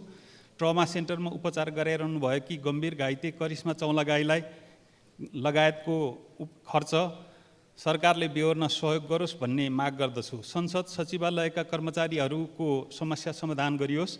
अपरतामकोशी भन्दा माथि अन्य निर्माणाधीन जलविद्युत आयोजनाको जथाभावी भौतिक संरचना निर्माण गर्दा केही महिना अघि सुक्खा पहिरोले 4 घण्टा थुनियो। अब बर्सातमा पहिरो गएर थप क्षति हुने सम्भावना छ। त्यसलाई रोक्न समयमै सरकारले पहल लियोस्। धन्यवाद। माननीय सदस्य गंगा प्रसाद यादव।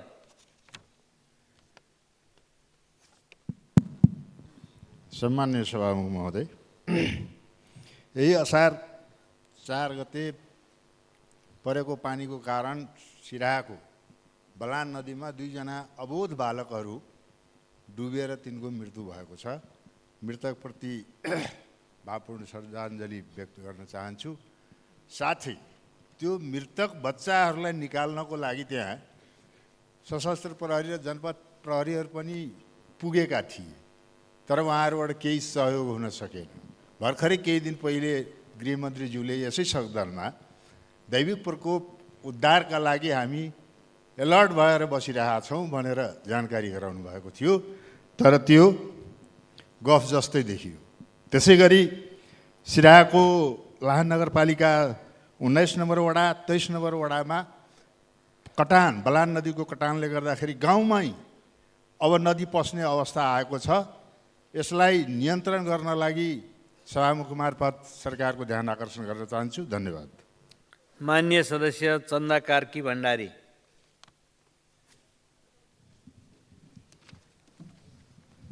सम्मान्य सभामुख महोदय, हाल नेपालमा 1507 विशेषज्ञ नर्ससहित करिब 1,23,500 नर्सहरू हुनुहुन्छ।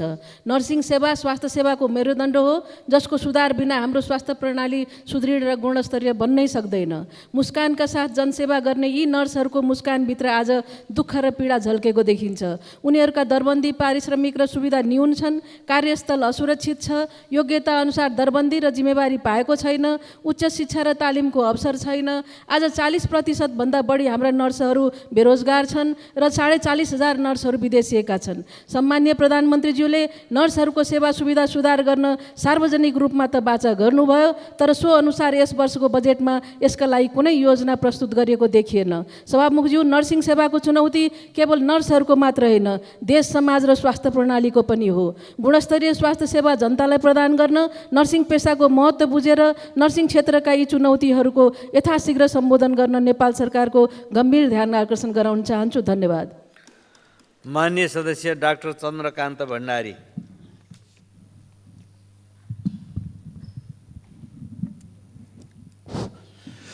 सम्माननीय सभामुख महोदय, गत 4 महिनादेखि नेपालको अन्तर्राष्ट्रिय विमानस्थलको गोदाममा इलेक्ट्रिकल डर्माटोम उपकरण रहिरहेको छ, जसलाई अपरेसन स्माइल युकेले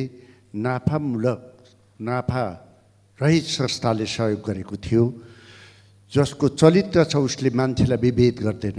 न नेता न कर्मचारी, न काङ्ग्रेस न कम्युनिस्ट, न गरिब न धनी भन्छ। तर त्यसको काम मानिसहरू जलन भएको बेलामा, लडेको बेलामा एक ठाउँको छाला निकालेर अर्को ठाउँमा राखिदिन्छ, तर हामीले त्यसलाई निकाल्न सकेनौँ भन्सार कार्यालयबाट। नेपालको अन्तर्राष्ट्रिय भन्सार कार्यालयबाट क्विन्टल सुन आउन सक्दो रहेछ, तर मानिसलाई आवश्यक पर्ने मेसिन ल्याउन सकिँदो रहेछ। त्यसकारण मैले आदरणीय सभामुखजीलाई सरकारलाई रुलिङ गरिदिनको निम्ति र यो कीर्तिपुर हस्पिटललाई हस्तान्तरण गरिदिन आदेश दिनको निम्ति आग्रह गर्दछु। धन्यवाद। माननीय सदस्य चन्द्रबहादुर विश्वकर्मा।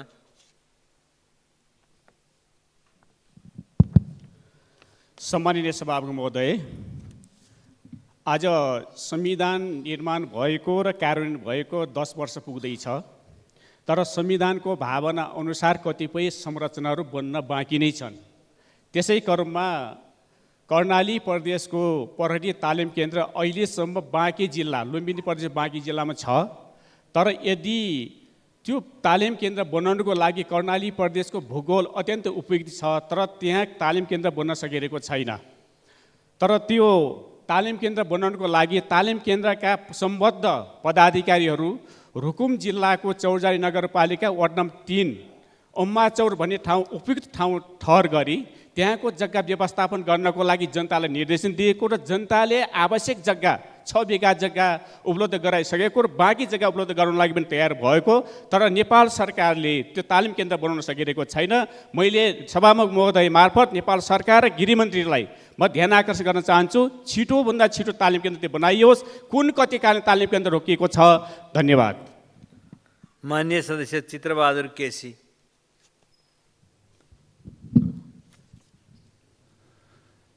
सम्माननीय सभामुखज्यू, अस्ति प्रधानमन्त्रीले रोस्टमबाट विलौन गर्नुभयो। प्रधानमन्त्रीले संसदमा सम्बोधन गर्दाखेरि आफ्नै वरिष्ठ मन्त्रीहरू उपस्थिति नहुने उहाँले वैराग गर्नुभयो। यो कसका कारणले भयो यस्तो? संसदप्रति, गणतन्त्रप्रति, लोकतन्त्रप्रति स्वयं आफ्ना तपाईँ चाहिँ सहयोगीले यति उपेक्षा गर्दाखेरि उहाँले ती सहयोगीहरूलाई कस्तो शिक्षा दीक्षा दिनुहुन्छ, कस्तो कमान्डिङ गर्नुभएको छ? आफ्नै चाहिँ मन्त्रीमण्डलका मान्छेले कुनै जिल्लामा 10औं अरब रुपियाँ चाहिँ थुपार्दा अन्य चाहिँ जिल्लाका चाहिँ सांसदहरू रित्तो हात आफ्नो क्षेत्र निर्वाचन क्षेत्रतिर जाँदाखेरि उहाँलाई कस्तो लाग्दो हो? त्यस कारणले उहाँले जुन कुरा उठाउनु भयो त्यो कुरा चाहिँ गम्भीर छ। र माननीय सदस्य छिरिङ डमडुल लामा भोटे।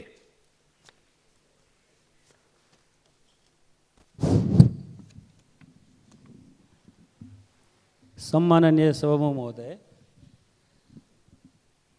चुक खाए चुकिलो हुन्छ, मच्चा खाए पोल्दो। बजेट सबै आफू लिँदा हामी मागे बोल्दो। हजुर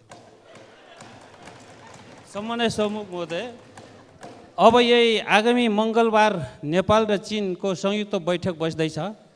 ती बैठकमा हुम्ला जिल्लाको हिल्सा नाकाको हिल्सा पुल, मेटेरी पुलको र चीन सरकारले हिल्सादेखि सिमीकोटसम्म बनाउँछु भन्ने जुन सम्झौता छ त्यो यथाशक्य कार्यान्वयन होस् भन्ने कुरा म यहाँ सभामुख महोदय मार्फत अनुरोध गर्दै संसद सचिवालयका कर्मचारीहरूको माग पनि यथाशक्य चाँडो समस्या हल गरियोस् भन्ने माग राख्दछु। हस्त, धन्यवाद। माननीय सदस्य जावेदा खातुन जागा। सम्माननीय सभामुख महोदय, संसदीय सचिवालयका कर्मचारीहरूको जायज माग, उचित मागलाई तत्काल सम्बोधन गरिदिनको लागि म सभामुख मार्फत सरकारको ध्यान आकर्षण गराउन चाहन्छु। यसका साथै यही अहिले मनसुन सुरुवात भइसकेको छ र मौसम विभागका पूर्व अनुमानका अनुसार अन्य वर्षभन्दा यसपालि औसतभन्दा धेरै वर्षा हुने सम्भावना बढेर जाँदा ठुलो बाढी आउने र तराई मधेसका अधिकांश जिल्लाहरू बाढी र डुबानमा परि ठुलो जनधनको क्षति हुने देखिन्छ। सभामुख महोदय, तराई जिल्लाका धेरै जिल्लाहरू उच्च जोखिममा रहेका छन्, जसमध्ये मेरो जिल्ला बर्दिया पनि एक हो। मनसुन सुरुवात लगत्तै कर्णाली नदी, बबई, चेपाङ नदी लगायत तटीय क्षेत्रहरू फुट्ने र कटानले गर्दा धेरै क्षतिहरू हुने गर्दछ। र सभामुख महोदय, 2071 सालको बाढीले बर्दिया जिल्लामा धेरै ठुलो जनधनको क्षति भएको थियो। त्यसै गरी 2075 सालमा पनि बाढी र डुबानले हजारौँ बिघा लगाएका अन्नबालीहरू क्षति भएका थिए। तर माननीय सदस्य जुली कुमारी महतो महासेठ। सम्माननीय सभामुख महोदय, सङ्घीय संसद सचिवालयको कर्मचारीहरू 11 बुन्दे माग राखी आन्दोलित छन्। जायज मागहरू पुरा गर्न सभामुख मार्फत सरकारलाई ध्यान आकर्षण गराउन चाहन्छु। वर्षायामको सुरुमै देशभरि कहीँ पहिरोले बाटाहरू अवरोध छन्, कहीँ बाढी पहिरोले ज्यान गुमाएका छन् भने कयौँ घाइते भएका छन्। घरबार बगाएको छ। ज्यान गुमाउने प्रति श्रद्धासुमन भन्न चाहन्छु। घाइतेहरूको शीघ्र स्वास्थ्य लाभको कामना गर्न चाहन्छु। साथै राहतको व्यवस्था गर्न सम्बन्धित निकायलाई ध्यान आकर्षण गराउन चाहन्छु। धौन्सामा एउटा सुन्दर गाउँ थियो, छिरे पोखरी र कटरैत गाउँ। जल्लाद खोलाले व्यवस्थापन हुन नसक्दा हेर्दा गाउँ नै बगायो। यस्ता घटनाहरू देशभरि भएको विदितै छ। गृहमन्त्रीज्यूले पूर्व तयारीको जानकारी सम्मानित सदनलाई गराइसक्नु भएको छ, तर त्यो जानकारी भनाइमा सीमित नहोस् सचेत गराउँदै सम्मानित सदनलाई स्मरण गराउन चाहन्छु। बारामा टोर्नेटोले हजारौँ जनताहरूको घरबार विहीन भएको अवस्थामा तत्कालीन मान्य सदस्यहरू, शून्य समयमा मान्य सदस्यहरूले बोल्ने क्रम यही समाप्त हुन्छ। आज म यस गरिमामय सदन समक्ष आर्थिक वर्ष 2081-82मा रक्षा मन्त्रालयको बजेट उपशीर्षक अन्तर्गत विनियोजित बजेट तथा कार्यक्रमको सम्बन्धमा मान्य सदस्यहरूको उठाउनु भएको जिज्ञासा, राख्नुभएको महत्त्वपूर्ण सुझाव, प्रश्न र विचारहरूप्रति प्रस्तुत हुन गइरहेको छु। सर्वप्रथम रक्षा मन्त्रालय र अन्तर्गतको नीतिगत कार्यक्रम र बजेटका साथै मुलुकको सार्वभौमसत्ता, राष्ट्रिय अखण्डता, स्वाधीनता, राष्ट्रिय स्वतन्त्रता र राष्ट्रिय सद्भावप्रति चासो राख्दै अत्यन्त रुचिका साथ मान्य सदस्यहरूले यसमा सहभागी हुनुभएकोमा धेरै धेरै हार्दिक आभार व्यक्त गर्न चाहन्छु। नेपालको संविधान, प्रचलित कानुन र नेपाल सरकार कार्यविभाजन नियमावली 2074ले तोकेको जिम्मेवारी पुरा गर्ने सिलसिलामा उपलब्ध स्रोत साधनको धेरैभन्दा धेरै उपयोग गर्दै कार्य सम्पादन गर्न रक्षा मन्त्रालय सदैव प्रतिबद्ध र क्रियाशील रहेको बेहोरामा यस गरिमामय सदन समक्ष प्रस्तुत हुन चाहन्छु। अब म मान्य सदस्यहरूले बजेट तथा कार्यक्रममाथि छलफलको कार्यक्रममा उठाउनुभएका विषयहरूको जवाफ दिन चाहन्छु। राष्ट्रिय सुरक्षामा नेपाली सेनाको भूमिका, मेरो यो प्रश्नको अधिकांश मान्यज्यूहरूले उठाउनु भएको थियो। त्यसमा पनि हाम्रो मान्य प्रेम सुवाल मान्यज्यूले विशेष त्यसलाई जोड दिनुभएको थियो। यसको विषयमा समग्रमा धेरै मान्यज्यूहरूले धेरै प्रश्नहरू उठाउनु भएको छ। मैले प्रत्येक मान्यज्यूहरूको नाम यहाँ लिन नसकुला, तर मेन मान्यज्यूहरूले उठाउनु भएको मेन प्रश्नहरूको उत्तर म दिन चाहन्छु। नेपालको संविधान, सैनिक ऐन 2063, प्रचलित सुरक्षा सम्बन्धी कानुन र राष्ट्रिय सुरक्षा नीति 2075 अनुसार मुलुकको राष्ट्रिय स्वतन्त्रता, सार्वभौमिकता, भौगोलिक अखण्डता, स्वाधीनता, राष्ट्रिय एकताको रक्षाको लागि नेपाली सेना अहोरात्र समर्पित भई खटिँदै आएको बेहोरा सम्मान्य सभामुख मार्फत म सबै मान्य सदस्यहरूलाई अवगत गराउन चाहन्छु। सेनाको शान्तिकालीन अवस्था, शान्तिकालीन भूमिका र अन्य अवस्थाको भूमिका दुई किसिमको भूमिका रहन्छ। यी कुरालाई आत्मसात गर्दै अन्तर्राष्ट्रिय प्रचलन अनुसार सामान्य अवस्थामा भौतिक रूपमा हतियार लिएर सिमानामा सेना, नेपाली सेना उपस्थित हुने कुरालाई अन्तर्राष्ट्रिय मान्यता अनुसार ठिक मानिँदैन र त्यसलाई चाहिँ अर्धसैनिक सेनाहरूलाई सिमानामा राख्दै केही दूरीमा नेपाली सेना बसी र त्यसको अनुगमन निरीक्षण गर्दै शान्ति सेनाको चाहिँ र सुरक्षाको, सीमा सुरक्षाको निगरानी गरिरहेको हुन्छ सामान्य अवस्थामा। असामान्य अवस्थामा नेपाल सरकारको निर्णय, राष्ट्रिय सुरक्षा परिषदको निर्णय, नेपाल सरकारको मन्त्री परिषदको निर्णय मार्फत राष्ट्रपतिज्यूबाट घोषणा भएपछि सेना परिचालन हुने हाम्रो संविधानले व्यवस्था गरेको छ। त्यही अनुसार सिमानामा हामीले कयौँ मान्यज्यूहरूको प्रश्न आयो, सिमानामै सेना बन्दुक हतियार लिएर बस्नुपर्छ भन्ने कुरा यो अन्तर्राष्ट्रिय मान्यता अनुसार अलिकति नमिल्ने र अर्धसैनिकलाई त्यहाँ राख्दै केही दूरीमा आफू बसेर त्यसको निगरानी गर्ने कुरा नै रहन्छ भन्ने कुरा म जानकारी गर्न चाहन्छु। नेपालको सार्वभौमसत्ता, भौगोलिक अखण्डता वा कुनै भागको सुरक्षामा युद्ध, बाह्य आक्रमण, सशस्त्र विद्रोह वा चरम आर्थिक विशृङ्खलताको कारणले गम्भीर सङ्कट उत्पन्न भएमा राष्ट्रिय सुरक्षा परिषदको सिफारिसमा नेपाल सरकार मन्त्री परिषदको निर्णय बमोजिम सम्मान्य राष्ट्रपतिबाट नेपाली सेना परिचालनको घोषणा हुने संवैधानिक व्यवस्था छ। यस प्रकारको घोषणा भएमा नेपाली सेना जुनसुकै समयमा तथा अवस्थामा सीमा रक्षाको लागि खटिन तयार प्रतिबद्ध रहेको म स्पष्ट पार्न चाहन्छु र राष्ट्रिय सुरक्षा परिषदको कार्य प्रभावकारिता सम्बन्धमा पनि मान्य सदस्यहरूले प्रश्न उठाउनु भएको छ। त्यसमा विशेषतः मान्य सुनिता बरालले पनि यस प्रश्नमा चाहिँ यो प्रश्नलाई राख्नु भएको थियो, जसमा राष्ट्रिय सुरक्षा परिषदलाई अझ प्रभावकारी र सबै सुरक्षा संयन्त्रहरूको बीचमा सशक्त समन्वयको माध्यमबाट समग्र राष्ट्रिय सुरक्षालाई मजबुत बनाउन आवश्यक परेको र बाह्य चलखेललाई, जस्तो कुनै अपराधीहरू आएर लुक्यो, विदेशबाट आएको सुरक्षाकर्मीले आएर इन्काउन्टर गर्दाखेरि नेपालको सुरक्षाकर्मीलाई थाहा हुँदैन, सुरक्षा परिषदलाई थाहा हुँदैन, त्यो अवस्था पनि छ। त्यसको लागि तीनैवटा सुरक्षा समन्वय गर्दै राष्ट्रिय सुरक्षा परिषदलाई हामीले सशक्त र प्रभावकारी बनाउनु पर्नेछ। त्यसको लागि रक्षा मन्त्रालयको विशेष चासोमा, विशेष प्राथमिकताका साथ पहलमा राष्ट्रिय सुरक्षा सम्बन्धी विधेयक तर्जुमा भई हाल प्रक्रियामा अगाडि बढिसकेको म मन्त्रालयमा आइसकेपछि त्यो राष्ट्रिय सुरक्षा परिषद सम्बन्धी विधेयक अगाडि बढेको म जानकारी पनि गराउन चाहन्छु र राष्ट्रिय सुरक्षा सम्बन्धी विभिन्न किसिमका वक्तव्यहरू दिने, विदेशमा गएर यत्रो फेटा बान्दै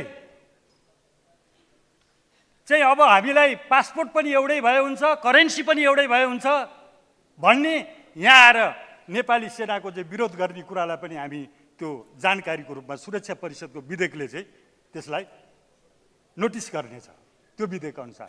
त्यसकारण त्यो विधेयकलाई पनि यहाँ पास गर्न जरुरी छ। त्यस्तै नेपाली सेनाको अर्को प्रश्न छ, नेपाली सेनाको भर्ना प्रक्रिया तथा सरुवा बढुवामा भेदभाव सम्बन्धमा।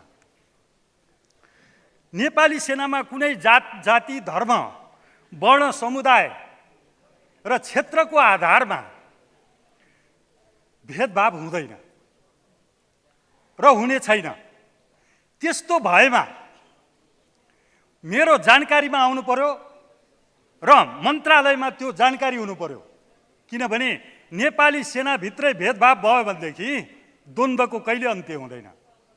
किनभने जहाँ भेदभाव हुन्छ त्यहाँ विद्रोह हुन्छ, जहाँ विद्रोह हुन्छ त्यहाँ द्वन्द्व हुन्छ र फेरि द्वन्द्व पीडित निस्किँदाखेरि अर्को चरणको द्वन्द्वको सुरुवात हुन्छ।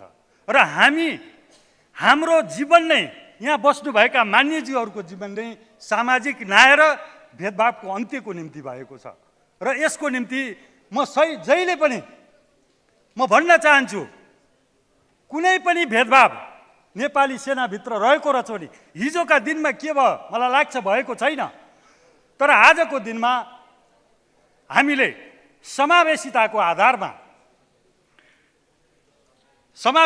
आधारमा 2000 सैनिक सेवा नियमावली 2069 खुला प्रतियोगिताद्वारा पूर्ति हुने पदहरूको 45% सङ्ख्या समावेशीकरणका लागि छुट्याइएको सो सङ्ख्यालाई 100% माने 20% आदिवासी जनजाति, 32 मधेसी, 28 दलित, 15 पिछडिएको क्षेत्र र 5% आरक्षणको व्यवस्था गरिएको छ। नेपाली सेनालाई थप समावेशी बनाई सबै जात जाति, भाषा र समुदायका व्यक्तिहरूको पहुँच र प्रतिनिधित्व अभिवृद्धि गर्न विभिन्न कार्यक्रमहरू समेत सञ्चालन गरिएको छ।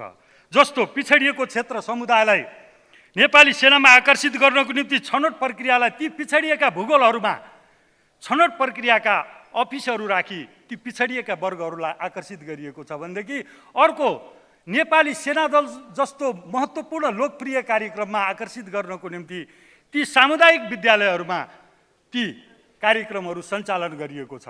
त्यसकारण म के भन्न चाहन्छु भने हिजोका दिनहरूमा कुनै खास वर्गका मान्छेहरू सेनामा भर्ना हुन्थ्यो भनेदेखि आज त्यो छैन। आज खुर्पी चलाउने गाउँको दलित जाति,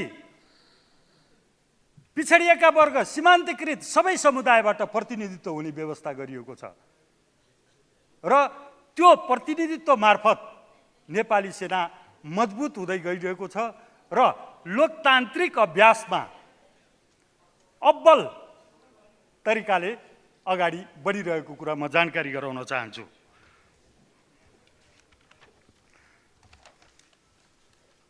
अरू प्रश्न वातावरण प्रकृति तथा प्रकृति सम्पदा संरक्षण सम्बन्धमा पनि प्रश्न उठेको थियो।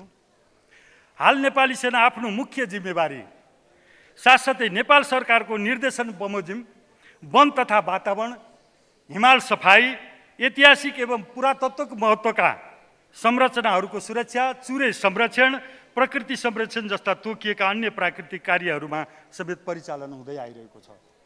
यी कार्यहरूमध्ये प्रकृति संरक्षणको जिम्मेवारी नेपाली सेनाले 2034 सालदेखि निरन्तर रूपमा निर्वाह